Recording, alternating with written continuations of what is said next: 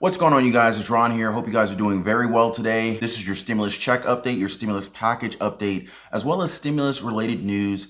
And yesterday, for the first time, President Biden met with the big four congressional leaders at the White House. Now, this was in hopes of bipartisanship for his upcoming infrastructure bill. And today, we're going to cover what came out of that meeting, as well as how that could affect the shape of the final legislation. And remember, this is the first part of the Build Back Better plan, so most of the talks were more on physical infrastructure initiatives rather than the stimulus provisions. But of course, we can't miss the latest stimulus updates, so we're also going to talk about the most recent batch of $1,400 stimulus check payments from the IRS. And finally, how come there's still over $2 billion worth of stimulus checks unclaimed at this point? And what could happen with all of this unclaimed stimulus money? Find out about all of this later on in this video, and possibly how you can get a part of that stimulus money as well. But first, if you're new to the channel and you want to keep up with the latest and the most relevant stimulus updates, crypto news, as well as stock investment information, go ahead and hit the subscribe button, tap the notification bell, and let's go ahead and jump into this. Now, remember when I told you back on Tuesday that this is going to be a very crucial week for infrastructure,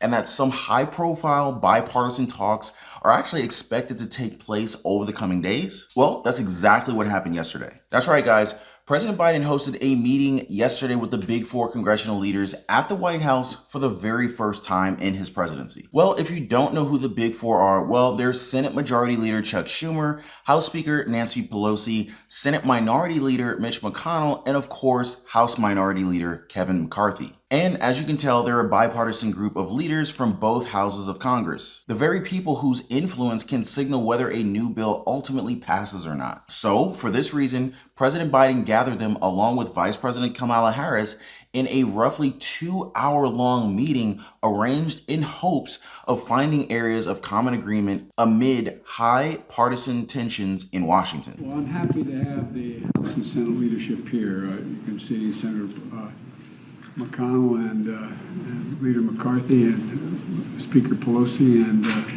Majority Leader Schumer. And what we're going to talk about today is, when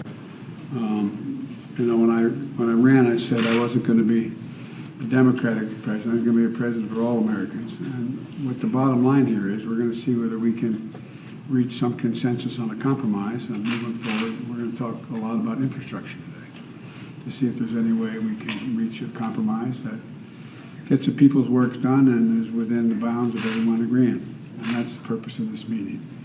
Not much more to say right now, but we're going to get going. That's it.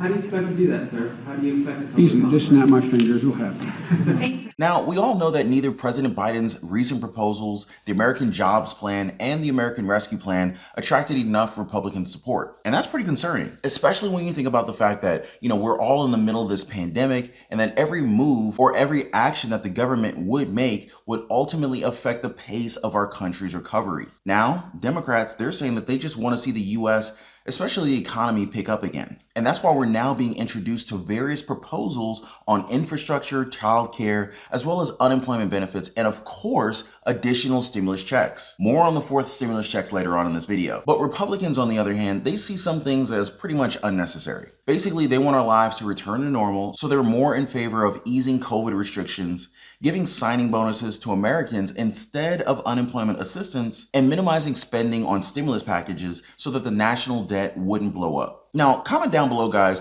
would you rather have signing bonuses from the Fed, or would you rather have an extension of the unemployment benefits?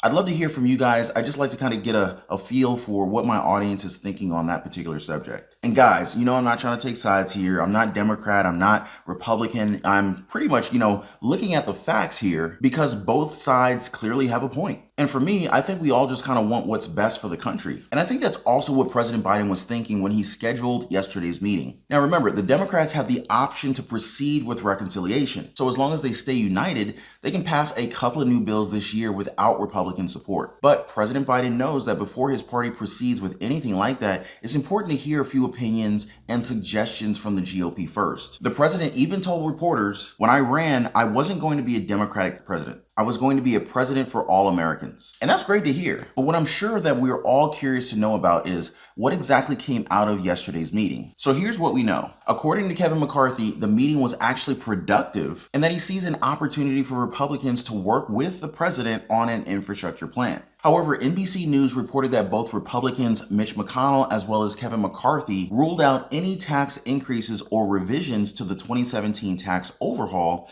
which is how President Biden has proposed paying for this plan. Anyway, after the meeting, Kevin McCarthy even went on to say, raising taxes would be the biggest mistake you could make, saying that any change to the 2017 tax law to us is a non-starter. And additionally, we know that President Biden's initial proposal costs around $2.25 trillion. And this hefty price tag is placed to fund everything from roads and bridges to electric vehicles, as well as taking care of the elderly. But the thing is, the GOP leaders, they don't agree with the size of this massive infrastructure plan. And apparently they think that it moves beyond what infrastructure traditionally means, and they argue that more spending could have a significant effect on rising prices. Still, Mitch McConnell said that much of the recent conversation was about infrastructure, and that there is a bipartisan desire to get an outcome from it. Though he did say that the two sides still need to define what infrastructure actually is. A segment that I completely agree with, since most of their differences revolve around this part. What is infrastructure? I still think that future discussions can really help settle this concern though.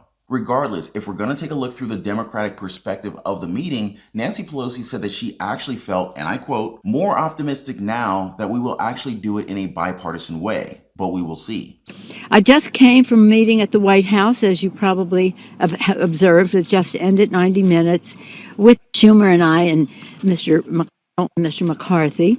It was a positive meeting in terms of agreeing that we want to build the infrastructure of America, that we have to stipulate as to what that would include, and many of the issues that you just named, Mr. Chairman, many of the issues that you just named. Well, again, the president has his vision. Congress will work its will. But I feel very optimistic. In any event, I felt optimistic about our ability to pass such a bill. I'm more optimistic now about being able to do so in a bipartisan way. But we'll see. We'll see. But it was positive. It took us a few steps forward. One area of, shall we say, not total agreement was electric cars. But again, we didn't go through a list and say yes on this, no on that. But that emerged as something that they might not be too fond of, just to give you some of the flavor of what happened at the meeting. But it was by and large a very strong commitment on the part of the president that his interest in bipartisanship was sincere. We all agreed that infrastructure has always been nonpartisan or bipartisan. So yes, we'll just see about that. Anyways, as I said earlier, Democrats still have the option of passing this bill on their own if they want to, of course, as long as President Biden can keep his fellow Democrats united. But at this time, I really can't see him going down that path, not just yet. I mean, he's clearly making every bit of effort possible to make this bipartisanship thing happen. And the White House even stated that President Biden is open to compromise on nearly all aspects of the proposal, and that his only red lines are inaction or raising taxes on those who are making less than $400,000 a year. So who knows? Maybe as long as the red lines are not crossed, a bipartisan bill still isn't too far out of reach. But again, only time will tell. We'll just have to see what happens. So of course, make sure you guys are subscribed to the channel, tap the notification bell, that way you don't miss out on any updates on this one. But moving on, a new batch of $1,400 stimulus checks consisting of plus-ups as well as first-time stimulus payments has finally been issued by the IRS to eligible Americans yesterday. That's right, guys, and this 9th set of stimulus check payments includes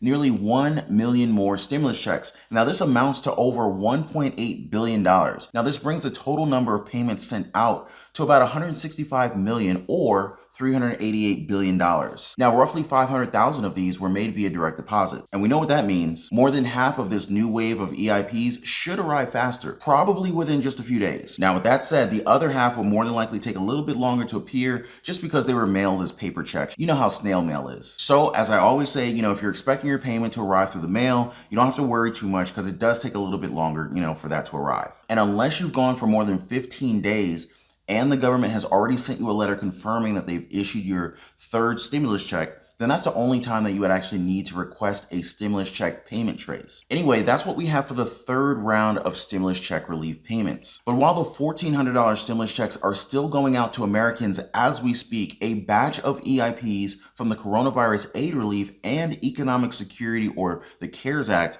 totaling more than $2 billion, remains uncashed up until today, at least according to the IRS. And as a matter of fact, IRS data analyzed by Newsweek show that Pennsylvania, Vermont, and Michigan sit at the top of the list of states with the highest percentage of unclaimed stimulus checks per capita. I mean, what's going on with these states? Are they just balling out of control and they don't care about the stimulus checks that they received and just don't care about cashing? I mean, what's going on with that? Comment down below if you guys are just sitting on a stimulus check because you don't really need the money and you don't feel like cashing it. I don't know what's going on with that, guys. Now, in all seriousness, guys, some people may have actually changed their address while others may have mistakenly thrown their checks away thinking that it was something else, maybe like junk mail or something. I know I get a lot of junk mail, so I guess it is possible to potentially throw it away by accident. I hope that's not happening to you guys. But you see the nearly 1.25 million stimulus checks that have never been cashed only shows that this thing actually happens more often than we probably thought. But here's the deal, guys.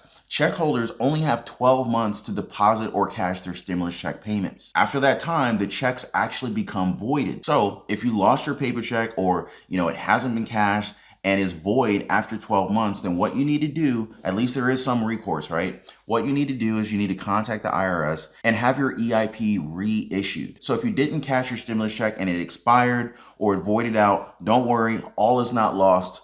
All you got to do is contact the IRS and ask them to reissue your EIP payment. Now, on the other hand, if the scenario is that your stimulus check never arrived, then also, you don't need to panic just yet. You can still claim your stimulus check money on your 2020 tax return as long as you file a recovery rebate credit. But remember, you need to get this done quickly because the deadline for your 2020 tax return is May 17th. Now, of course, if you're not able to make your tax date of May 17th, you need to go ahead and request an extension so that you get a little bit more time from the IRS to be able to file. So if I were you, I would definitely take action sooner than later. But again, those are the steps that you can take if your check is one of the 1.25 million EIPs that went uncashed. Now, if you guys have more questions about this, of course, you can leave them down in the comment section down below. I love hearing from you guys, reading through the comments and interacting with you. So, drop your comment down below. I'll see if I can answer your question. And if not, I'll definitely answer it in a future video. But anyway, as much as I would like to share more updates with you guys, this is pretty much all that I've got on this particular stimulus check update and stimulus package update.